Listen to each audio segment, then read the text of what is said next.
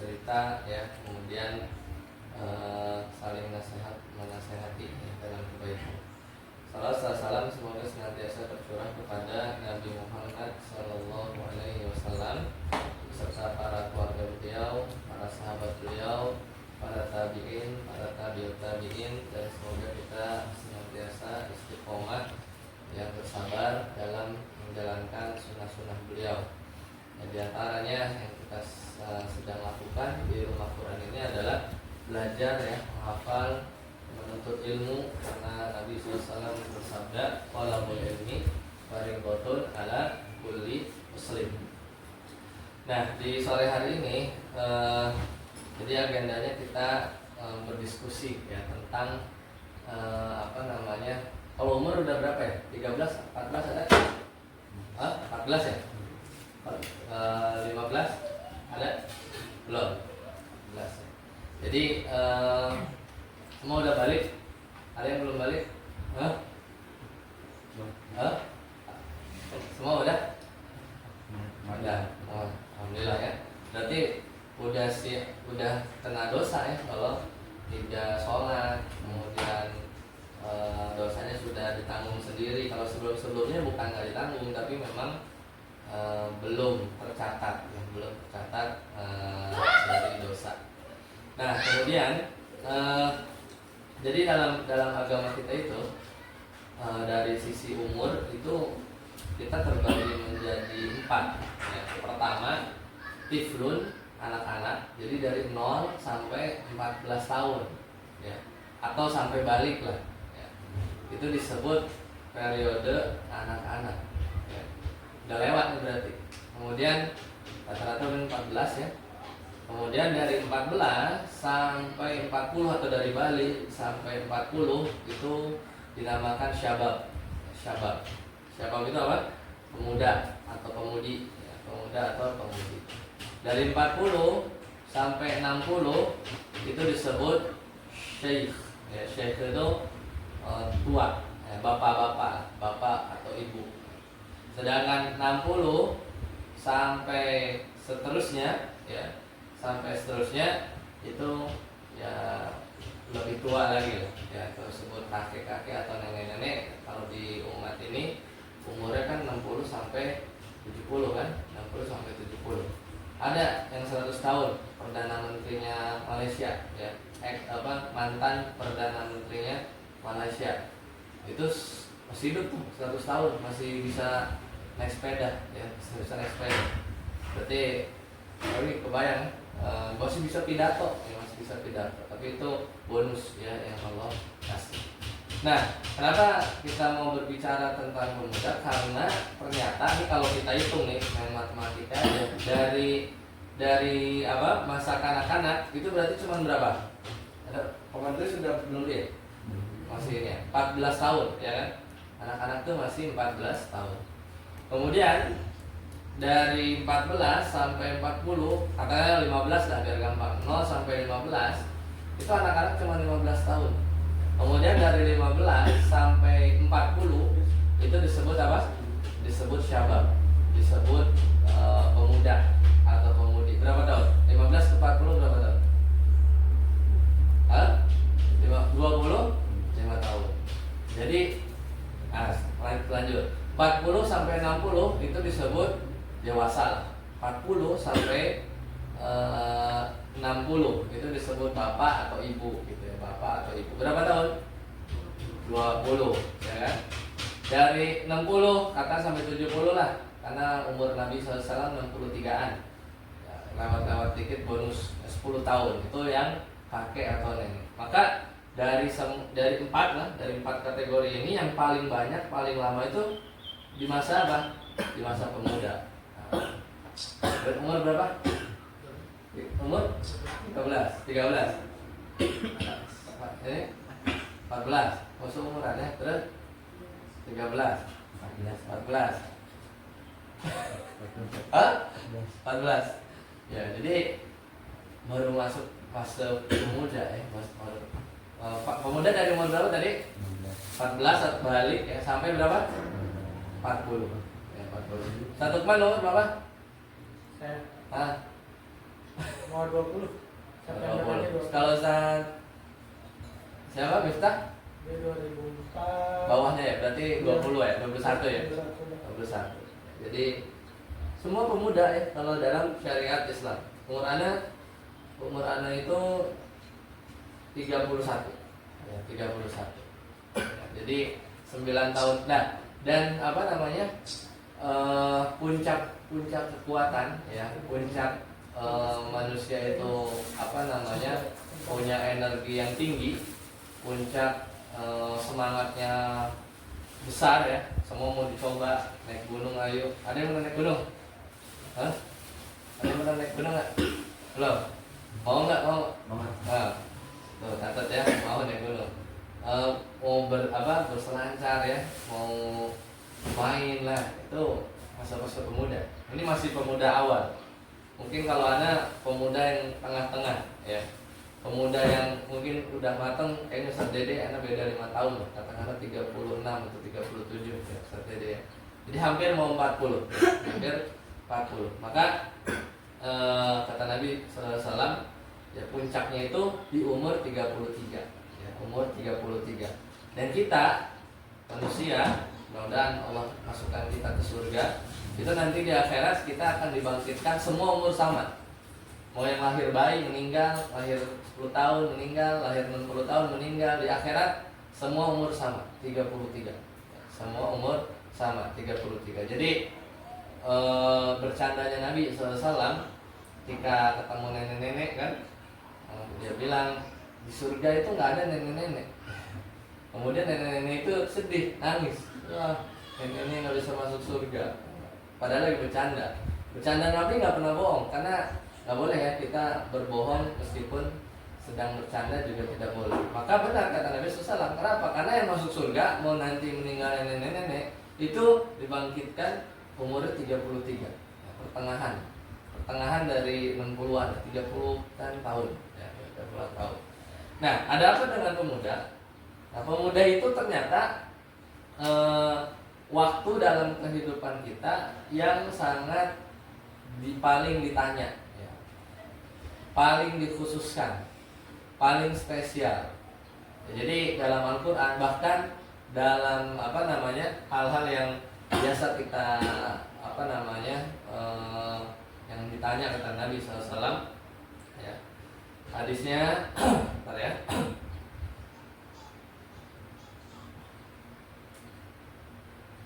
Jadi salah satu dari 4 yang akan ditanya oleh Allah Subhanahu Wa Taala nanti kelak di di akhirat nanti, itu adalah perihal masa muda, salah satunya. Maka padahal kita juga ditanya tentang waktu kita dihabiskan untuk apa ya. Jadi bakal ditanya kan oleh Allah Subhanahu Wa Taala tentang masa muda kita dihabiskan untuk apa. Tapi Allah spesifik empat perkara yang akan ditanya. Kata Nabi SAW, la tazulu qadama 'abdin ya, kaki seorang hamba itu tidak akan beranjak ya yaumal qiyamah hatta yus'alu an arba', sampai ditanya 4 perkara.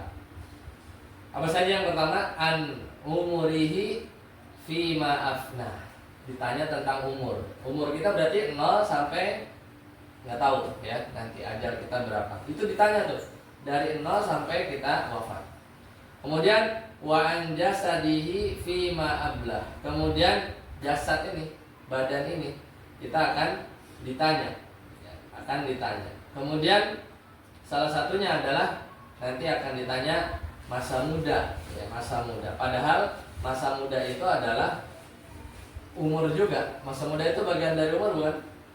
Iya, bagian dari umur. Yang tadi ada 4 kan, umur kita dipecah ya, tiflun 0 sampai balik. Kemudian tadi ya, syabab itu dari balik sampai umur 40 ya. Makanya Ustaz Miftah hari berapa? 21 dah? 20 berarti mau 20 ya, mirip-mirip. Berarti masih pertengahan ya. Jadi kalau 15, katakan 15 sampai 40, 25 bagi 2 bagi 2 berarti 12 setengah kan. 12 setengah tambah 15 27 setengah, berarti itu tengah-tengahnya pemuda tuh ya. Jadi pemuda ini kan panjang kan, dari 15 sampai 40.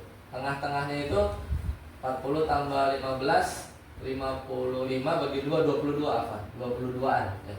Umur 22 ini dikit lagi. Mungkin saat Lukman itu lagi apa? Energiknya ya. Semua pengen dicoba. Nah, teman-teman baru awal ya, baru awal.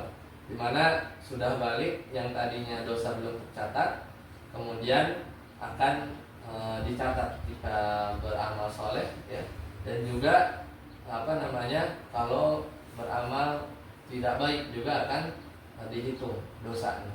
Makanya sangat-sangat ditekankan. Nah, balik lagi, padahal kata Nabi SAW, tidaklah seorang itu akan diangkat kakinya beranjak sampai dia ditanya tentang umurnya tadi ya, tentang umurnya untuk apa dihabiskan. Nah, yang menarik adalah wa an syababihi fi ma abla, tentang masa mudanya. Lah, padahal masa muda itu umur kan? Umur kan bagian dari umur. Tapi masalah ditanya lagi. Nah, itulah biasa yang disebut dengan menyebutkan sesuatu yang khusus ya, di tengah-tengah yang umum dalam rangka untuk menunjukkan pentingnya. Misal gini, telah datang ya para ulama dan Syekh bin Bas misalnya. Padahal Syekh bin Bas ulama bukan? Ya ulama, tapi disebutkan juga. Atau misalnya Rabbul malaikati warruhu fiha. Padahal ar-ruh itu malaikat Jibril, malaikat bukan? Malaikat. Tapi kok disebut lagi? Datang malaikat dan ruh. Ar-ruhul Qudus itu adalah Jibril.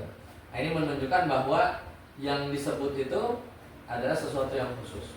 Sama tadi, masa muda ditanya lagi, padahal akan ditanya tentang umur, padahal pas ditanya umur masa muda masuk gak? Masuk, tapi ditanya lagi. Nah, ini menunjukkan masa muda itu sangat-sangat penting ya, sangat-sangat penting.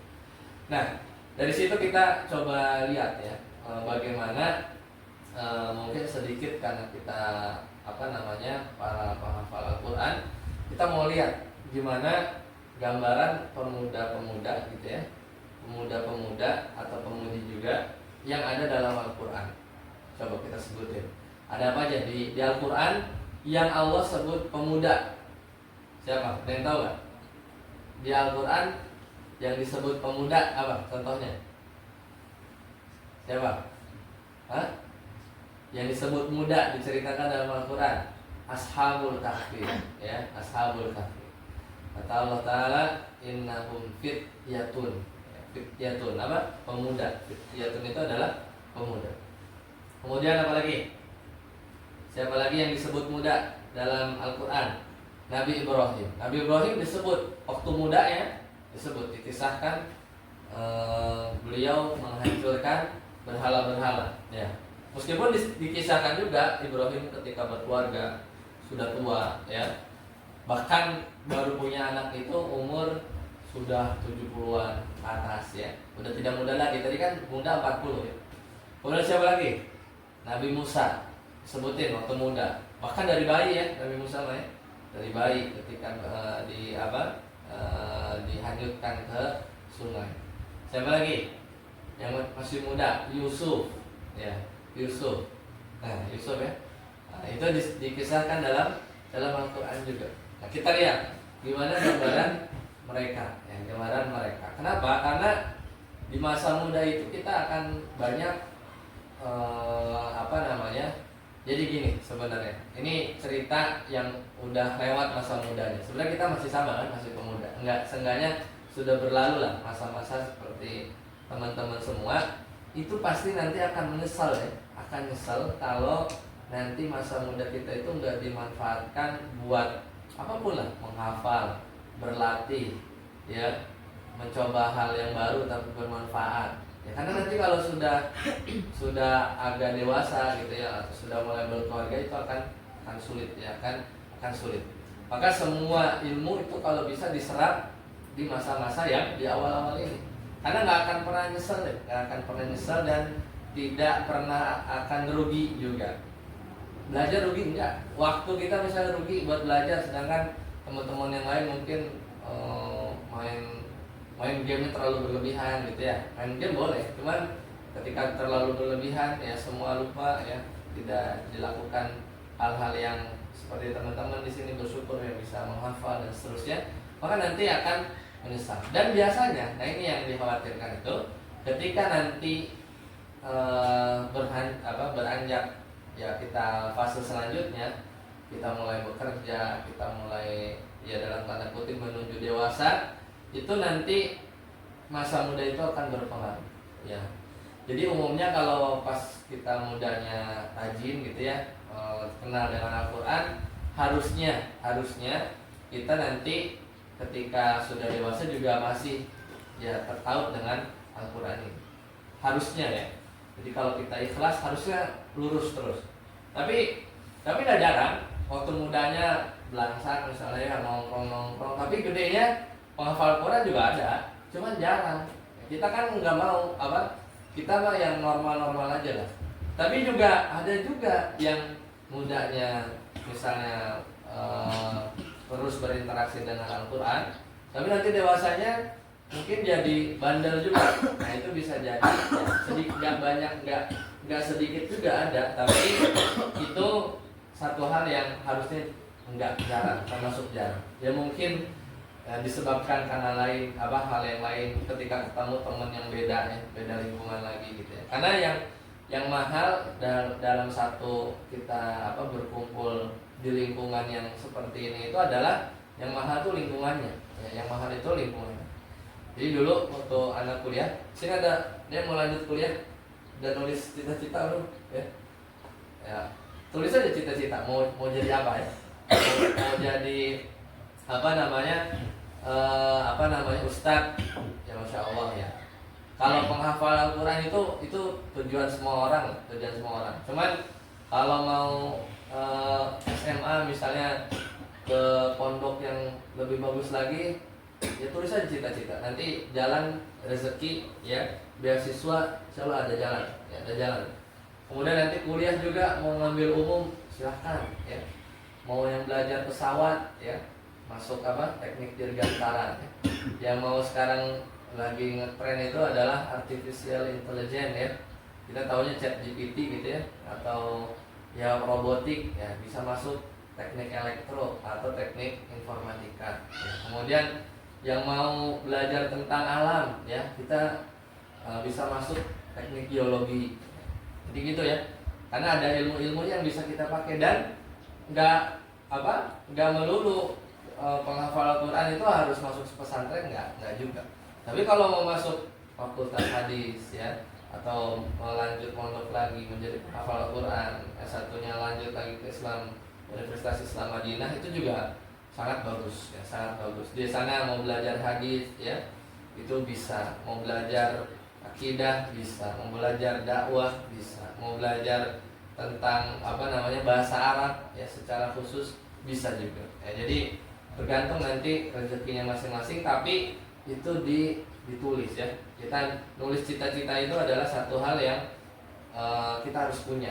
Minimal kita terus berinteraksi. Nah, mungkin nanti perlu jadi kepikiran nih pas ngomong barusan, baru kepikiran. Nanti mungkin entah diundang, entah lewat online, tapi bagusnya sih offline. Itu dari yayasan kita coba hadirkan ini kali ya, figur-figur kawan-kawan Anda lah yang bisa Anda jangkau, yang Anda tahu ketika mudanya itu seperti teman-teman ya, waktu di kampus dulu. Jadi kita asrama dulu, Anda tuh di asrama waktu di kuliah di ITB itu, di asrama mirip kayak gini lah, kamar 4. Kemudian sampingnya masjid, dan ada kita kajian di masjid sebelah. Kemudian kita menghafal. Kemudian ketika kita naik kelas nih, misalnya kayak kelas 8 naik kelas 9, itu yang kelas 9-nya atau kita kakak tingkatnya itu kita nyewa rumah lagi, bikin yang sama. Kemudian kita tarik mahasiswa yang baru itu untuk ngekos juga tinggal, dan kita belajar Al-Quran, belajar bahasa Arab. Ya. Nah, tadi yang mau saya ceritakan adalah yang dulu ya saya kenal. Nah sekarang tuh yang jadinya macam-macam. Ada yang jadi ustadz, ya, ada yang jadi ahli geologi, ya, ada yang jadi ahli robotik, ya, ada yang kerjanya di sekarang di US, di Amerika, ada yang kerja di Jepang, ya, ada yang jadi dokter, ada yang kuliah di Korea, ya, dia ahli teknik kimia, jadi banyak. Jadi ada yang ahli farmasi, ya, obat gitu ya. Jadi banyak, tapi semuanya basic. Hal kayak gini tuh bukan sesuatu yang menjadi penghalang kalau teman-teman istilahnya coba nanti kita perkenalkan supaya sejak SMP itu meskipun masih ada satu tahapan lagi nih SMA. Ya, sebenarnya yang harus tahu tujuan kita itu nanti mau kemana itu sebenarnya di umur SMA, ya. Mudah-mudahan kita ada kesempatan, ya, kalau planning Ustadz Dede itu kan pengennya sampai SMA ini selesai, ya. Kemudian kuliah itu kita coba carikan beasiswa, itu yang selalu disebut oleh sama Ustadz Dede, ya. Mudah-mudahan itu bisa terlaksana dan nanti tadi ya dihadirkan itu supaya ngasih motivasi lah, ngasih gambaran di luar sana itu dunia itu seperti apa sih. Kan kalau di sini kan kita di Al-Quran paling main bola, ya. Kemudian yang belum punya sepatu berapa orang? Yang sepatu bola? 4 orang ya. Ya, itu Ustadz Dede udah notice, ya, supaya nanti bisa disediakan, ya, biar sama gitu, ya, biar enak main, ya, yang urusan yang penting. Kemudian tadi balik lagi supaya nanti teman-teman itu tahu, ya, dunia di luar sana itu seperti apa. Dan di sini, ya, teman-teman itu beruntung dan salah satu bentuk kita bersyukur adalah kita berusaha sekuat tenaga, ya, dalam belajar. Kenapa? Karena meskipun di luar sana banyak teman-teman kita yang mungkin tidak mendapatkan kesempatan yang sama, ya, seperti teman-teman di sini, maka kita gunakan nikmat yang Allah berikan. Ini nikmat, ya, nikmat yang mungkin sekarang itu belum terasa, ya, atau mungkin sudah ada yang merasakannya nyaman misalnya belajar, tapi nanti akan lebih terasa lagi itu ketika sudah keluar dari sini atau nanti di umur-umur setelahnya, merasa tidak akan pernah rugi lah belajar sama Ustadz Miftah, belajar sama guru-guru di sini, ya, tentang Al-Quran, ya, tentang kehidupan, ya, dan apapun lah yang diajarkan di rumah inspirasiku. Maka jangan sampai kita menyia-nyiakan kesempatan yang baik, ya. Nah tadi mudah-mudahan diingatkan lagi, ya, tentang tadi, ya, karena coba usahakan hadirkan tadi, ya, figur-figur yang mungkin ada dan bisa berkunjung ke sini, cerita tentang apa yang dilakukan, kemudian baik itu yang ustadznya, ada yang jadi engineer-nya, ada yang jadi guru, ada yang jadi peneliti, ya, ada yang jadi dokternya, ada punya kawan-kawan yang dia dulunya modelnya seperti kita, ya, belajarnya itu dari ketika masa mudanya itu belajar Al-Quran. Nah itu yang mudah-mudahan kita bisa hadirkan. Nah balik lagi tadi, ya, selama itu belum ada, kita juga punya panutan-panutan tadi, ya, pemuda-pemudi contoh yang ada di Al-Quran. Nah yang paling menarik itu adalah Ashabul Kahfi. Ini yang pertama, ya. Jadi tahu, ya, jadi yang tadi yang disebutkan dalam Al-Quran itu pemuda, ada Ashabul Kahfi, ada Nabi Ibrahim di masa muda, ada Nabi Yusuf di masa mudanya juga, ada Nabi Musa di masa mudanya, setidaknya ada 4, ya, ada beberapa lagi. Tapi yang paling pentara itu adalah Ashabul Kahfi. Tahu Ashabul Kahfi itu siapa? Itu pemuda, ya, di bawah 40 tahun. Dan mereka itu adalah anak para bangsawan, orang-orang kaya, orang-orang tajir melintir, gitu, ya. Tapi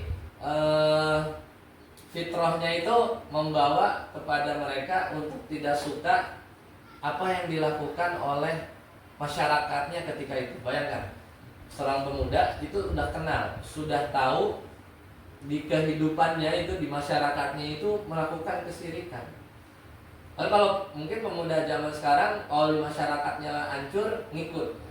Di masyarakatnya ini terkenal suka tawuran, ngikut juga. Antar kampung ribut, bahkan anak kecilnya juga ribut.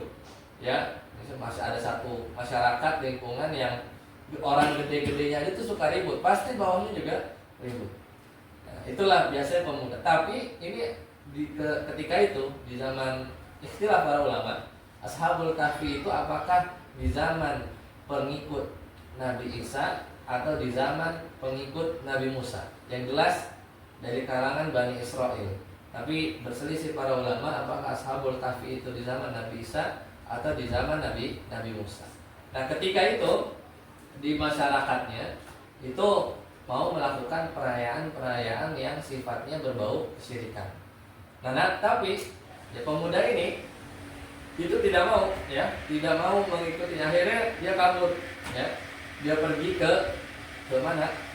Ke gua. Ya, satu. Ternyata nggak cuma satu, ada lagi, ya, dua. Dan mereka nggak saling kenal. Mereka tidak saling kenal. Ada lagi 3, 4. Ya, sampai akhirnya berkumpul dan saling melihat, gitu kan? Dari kejauhan di atas gua sambil melihat kampungnya itu di bawahnya itu mereka melakukan perayaan yang di sana dipenuhi dengan kesyirikan. Kemudian mereka akhirnya bertanya, "Lah, kamu ngapain ke sini?" Oh, kamu tanya, kenalan. Akhirnya tahu bahwa mereka ini semua pergi, nggak mau ikutan dari perayaan kesyirikan yang ada di masyarakat. Ini poin yang bagus. Jadi masih muda itu peka terhadap lingkungan. Karena banyakannya ya kadang pemuda itu pokoknya kalau lingkungannya mungkin ada maling lah, ada hal yang negatif, ya, itu biasanya nggak mau tahu. Tapi dia pemuda Ashabul Kahfi ini dia sangat peduli, ya, melihat lingkungan. Nah, akhirnya singkat cerita kan mereka masuk ke gua, Allah tidurkan selama berapa? 300 tahun atau lebih. Ya, dimana itu pasti mukjizat, ya, atau namanya kekhususan dari wali-wali Allah, dimana mereka tidur selama ratusan tahun. Nah, ketika Allah bangunkan, kira-kira apa yang dirasa, ya, yang dirasakan oleh pemuda itu apa? Pas bangun apa? Biasa kalau bangun apa? Kalau bangun tidur biasanya apa? Mules, lapar, ya, apa lagi? 300 tahun tidur, ya, 300 tahun tidur. Ya, yang dirasakan, ya, tentunya kayaknya kita baru tidur setengah hari gitu, ya, atau 1 hari saja. Padahal 300 tahun. Dan 300 tahun itu belum tahu sampai akhirnya karena mereka lapar, kemudian mereka keluar dari gua tersebut untuk mencari makan. Kemana belinya? Ke pasar, ya, ke pasar. Kemudian dia beli sesuatu dan dia keluarkan uang, di mana mata uangnya itu kalau sekarang kan gambar presiden, ya, yang biru, yang merah, ya. Dia keluarkan mata uangnya ternyata adalah mata uang pada zaman raja 300 tahun yang lalu, ya. Maka yang jual kaget, ini mah duit kuno ini, ya, duit antik, ya, bukan duit zaman sekarang. Karena zaman sekarang rajanya sudah berbeda, ya, rajanya sudah berbeda. Maka disitulah teringat kisah bahwa 300 tahun yang lalu memang dikisahkan ada para pemuda yang hilang, pergi, dan ternyata inilah orangnya, ya, inilah orangnya, dan akhirnya mereka dimuliakan. Nah, apa yang bisa kita ambil, ya? Maka dari sini seorang pemuda itu adalah, ya, yang ketika masih fitrahnya itu masih berjalan, maka dia berjalan di atas fitrah kebaikan. Kadang kalau kita masih menjadi pemuda, kita kadang bisa menilai, ya, sebenarnya kelakuan ini atau kenakalan ini tuh bagus atau enggak. Kadang kita dalam hati kita itu punya pilihan atau bisa menalar ini perbuatan baik atau enggak. Ya, ini misalnya ada orang yang mungkin iseng gitu, ya, zaman sekarang tuh ngeprank, ya. Ngeprank itu kan banyak lah yang aneh-aneh tuh. Banyak yang sampai bikin celaka gitu, ya. Itulah, itu budaya-budaya yang fitrah kita kayaknya nggak bagus gitu. Maka kita ikutin fitrah yang baik. Nah, itu dari kisah Ashabul Kahfi. Kemudian yang kedua, Nabi Ibrahim. Nabi Ibrahim dipisahkan juga dalam masa mudanya. Apa yang bisa kita ambil dari Nabi Ibrahim? Nabi Ibrahim itu sosok pemuda yang nggak takut. Ya bahkan kata Allah Subhanahu Wa Taala, Nabi Ibrahim itu disebut umat. Umat itu kira-kira satu orang apa orangnya banyak? Umat. Pasti banyak orang. Tapi Nabi Ibrahim itu dibilang umat meskipun satu orang. Bahkan Nabi Ibrahim itu dimusuhi bukan sekeluarga, bukan se-RT, bukan se-RW, tapi satu negara. Ya. Ketika itu memusuhi Nabi Ibrahim alaihissalam, ya, ketika beliau ingin menghancurkan berhala-berhala di sekitar Ka'bah. Dan Nabi Ibrahim ini cerdas. Ya, ketika itu di Ka'bah, ya memang di Ka'bah yang sekarang, yang saat ini tuh dulu dikelilingi oleh berhala-berhala.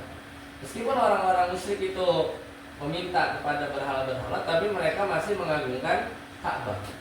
Dan Nabi Ibrahim sebel ya lihat ada berhala-berhala ini. Akhirnya ketika satu waktu mereka orang-orang kampung itu pergi ya karena ada satu kegiatan ya. Kemudian hanya Nabi Ibrahim seorang, maka mereka hancurkan Nabi Ibrahim alaihissalam hancurkan semua berhala. Kemudian disisain berapa? Satu ya. Disisain satu berhala. Kemudian ketika orang-orang itu pulang, orang-orang yang tadi masyarakat itu pulang, kaget semua berhala sudah hancur kecuali satu. Maka ditanya siapa yang melakukan ini, maka teringatlah mereka ada satu pemuda yang dia tuh emang sebel sama berhala, pasti dia yang ngelakuin. Akhirnya dipanggil Ibrahim muda ketika itu dan ditanya siapa yang melakukan ini, semua dihancurin. Maka kata Ibrahim apa? Tanya saja itu sama yang berhala yang satu itu. Ya, jadi memang Nabi Ibrahim sisain ke satu berhala, kemudian untuk mengajak mereka berpikir. Ini kan ini Tuhan kan? Tuhan kan? Semua Tuhan bagi mereka. Kemudian dihancurin nih sama Nabi Ibrahim. Dan disisain satu yang paling gede ya. Disisain satu yang paling gede. Kemudian ketika ditanya siapa yang hancurin ini, maka kata Nabi Ibrahim ini ngeledek ya. Sambil meledek mengajak berpikir orang-orang kafir ketika itu, tanya saja kepada yang paling besar. Kalau benar ya Tuhanmu itu maha melihat, berhalamu itu maha mendengar, harus bisa jawab nggak siapa yang hancurin? Harus bisa jawab. Ya, kan ada di situ ya. Kalau ini Tuhan yang paling gede, ini sakti ya, dia tahu, bisa melihat, bisa mendengar. Pasti kalau dia bisa ngomong, kalau ditanya siapa yang hancurin itu berhala kecil-kecil di sebelah-sebelahnya, maka ya benar. Tapi kan mereka orang-orang kafir bingung ketika itu ya, dan marah ya. Masa disuruh tanya sama batu? Ya iya itulah bukti bahwa batu itu bukan Tuhan. Buktinya apa? Nggak bisa mendengar. Padahal Allah Maha Sami' ya, Maha mendengar. Nggak bisa lihat juga. Padahal Allah Basir ya, Maha mendengar juga. Ya, dan nggak tahu apa-apa juga. Ditanya diem, nggak bisa ngomong juga. Padahal Allah ya punya sifat berbicara. Kemudian tentunya nggak tahu apa-apa karena hanya batu. Padahal Allah punya sifat alim ya, yaitu Maha mengetahui. Di situ sudah meruntuhkan ya argumen mereka bahwa menyembah berhala itu nggak ada apa-apanya, nggak bisa ngasih mudarat, tidak bisa ngasih manfaat juga ya, manfaat juga. Maka itulah keberanian Nabi Ibrahim. Bahkan ayahnya sendiri itu sampai bernazar karena waktu kejadian itu ayahnya Ibrahim sampai bernazar, kalau sembuh saya bakar itu Ibrahim ya, kalau sembuh saya bakar itu Ibrahim.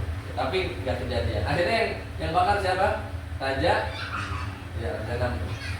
Dan kabur nggak Nabi Ibrahim? Nggak kabur. Takut nggak? Nggak takut. Itulah pemuda berani. Ketika beraninya itu bukan berani tawuran atau berani gelantungan di kereta. Sekarang udah nggak ada ya. Zaman dulu naik kereta itu naik di atas ya. Sekarang kan udah nggak ada ya. Mungkin berani ya pokoknya yang serem-serem lah atau memacu adrenalin ya. Itu boleh ya, pemuda memiliki sifat itu. Tapi pemuda yang baik, yang sesuai syariat adalah ketika dia tahu benar di atas tauhid seperti Nabi Ibrahim, ketika dia tahu bahwa apa yang dia lakukannya benar, tidak salah, maka dia berani ya, bahkan ketika ditarik mau dilemparkan ke api, ya, nggak kabur, nggak takut, nggak nangis, ya, nggak ada riwayatnya Nabi Ibrahim nangis, ya, nggak lari, dan juga nggak jadi kufur, ya, karena berani, ya, Nabi Ibrahim alaihissalam. Apa yang diucapkan? Hasbunallah wa ni'mal wakil. Udah dilempar, kemudian Allah jadikan api, di mana api itu sunatullah itu panas, maka kata Allah Ta'ala, ya jadilah ya api tersebut dingin, bardan wassalama. Kalau dingin doang bahaya. Kalau dingin banget, misalnya api dingin, tapi dingin banget bisa mati juga orang, ya nggak? Yang naik gunung itu, naik ke puncak gunung kedinginan, meninggal juga. Makanya ditambah kata bardan wassalam, maka api itu menjadi dingin dan menyelamatkan. Ya, jadi itulah dua contoh ya dari 4 contoh yang menunjukkan bahwa pemuda itu adalah sesuatu yang bagian fase dari kehidupan teman-teman yang harus kita gunakan dengan sebaik-baiknya, ya. Dimana pertumbuhan kita masih berjalan, ya. Kalau di pelajaran IPA itu sampai 25 katanya, ya. 25 tahun baru pertumbuhan tulang tinggi dan itu stop. Tapi di sini lagi fase-fasenya, bahkan juga hormon-hormon lagi mungkin kita akan bingung apa nih yang terjadi terhadap diri kita sendiri, ya. Tiba-tiba tubuh kita jadi besar, kemudian mungkin suara jadi ngebas gitu, kemudian kan sudah balik, ya, dan seterusnya dari tanda-tanda kejantanan, ya. Maka itulah memang sunatullah, ya, kita harus bersabar, harus bisa mengatur, ya. Kalau kita kadang misalnya ada emosi, kita keluar saja, kita lari, olahraga atau semacamnya, ya. Kemudian bosen, ya, sesuatu yang wajar, maka kita cari hal yang positif, ya, untuk tidak terjerumus. Yang penting lingkungan, ya, karena ketika kita lepas dari lingkungan, dari aturan yang mendorong kita untuk selalu berbuat baik, ya, lingkungan teman menghafal, kita diam aja, pasti kan ya udahlah kita ngafal, gitu kan. Atau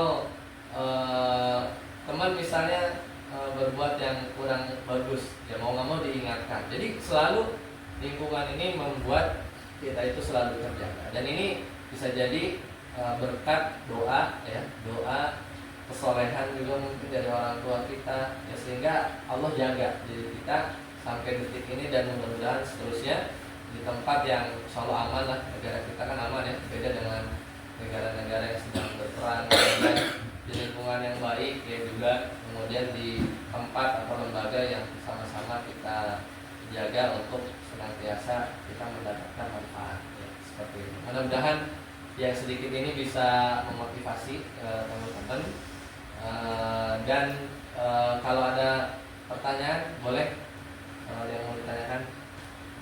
Rifki, ya, Sofwan, Yusuf, Khalid, Faiz, Ihsan, ya, benar ya? Benar, ya, masih ingat, ya? Yang 13 tahun berarti cuman Ihsan sama Yusuf, ya, sisanya 14. Berarti yang Khalid ini senior, ya, umurnya sama, ya. Baik, itu aja. Ya, dilanjut lagi kegiatannya, kita cukupkan. Mudah-mudahan kita bisa bertemu lagi, ya, sambil ngobrol hal yang lain lah. Nanti temanya ditentukan sama Mas Dede, ya. Nanti kita ketemu lagi. Tapi tadi ada kepikiran, berarti tadi Pak, bukan janji, ya, tapi mudah-mudahan terlaksana, ya. Tadi apa, sepatu, ya, sepatu. Kemudian tadi kalau bisa kita coba undang figur yang dulu juga contoh yang baik, dan sekarang itu dia tuh berkiprah sebagai apa gitu, sebuah motivasi. Mungkin ada undang misalnya tadi misalnya ahli geologi, mungkin dari salah satu dari 6 ada yang nanti juga tertarik di geologi, atau ada undang yang jago ngoding gitu, ya. Ya nggak apa-apa, nggak ngerti juga, tapi nanti siapa tahu pas kuliah jurusan informatika bisa kerja di Google, ya, kerja di Microsoft, ya, kerja di apa misalnya Amazon ya, atau ya perusahaan-perusahaan yang terkait ya tadi ya robotik teknologi ya, atau ada undang Ustadz ya. Nah, sekarang ada yang di Madinah ada kenalan ya, kemudian di yang kuliah di apa Yaman ada ya, yang di Yaman mulazamah. Kalau lagi di kalau teman anak ada satu lagi di Indonesia juga ya. Jadi Yaman Anda bisa Anda tarik sini ya. Suruh cerita tentang kalau kuliah di Yaman tuh gimana. Nah, boleh ya. Nah, supaya ya nanti nggak tahu mana yang nyangkutnya kan, mana yang nyangkut, mana yang diingat dan nggak tahu takdir kita seperti apa. Coba nanti Anda coba apa ya intinya satu persatu lah ya. Kita coba undang supaya dia bisa bercerita tentang dia seperti apa dan dulunya seperti apa ya, supaya nanti bisa memotivasi. Atau Anda undang juga yang misalnya ahli di bidang farmasi ya, ya itu juga ada, bahkan dosen sekarang bisa cerita tentang obat ya, waktu bedanya sama herbal ya, kemudian gimana ya obat-obatan itu ya, kenapa kemarin ada vaksin COVID ya, cerita-cerita itu aja ya. Jadi supaya nanti siapa tahu juga ada yang belajar tentang biologi ya, tentang farmasi atau jadi dokter, dia bisa menginspirasi. Itu aja. Astagfirullah khairat, kita tutup. Subhanallah wa bihamdika, asyhadu an la ilaha illa anta, astaghfiruka wa atubu ilaik. Assalamualaikum warahmatullahi wabarakatuh.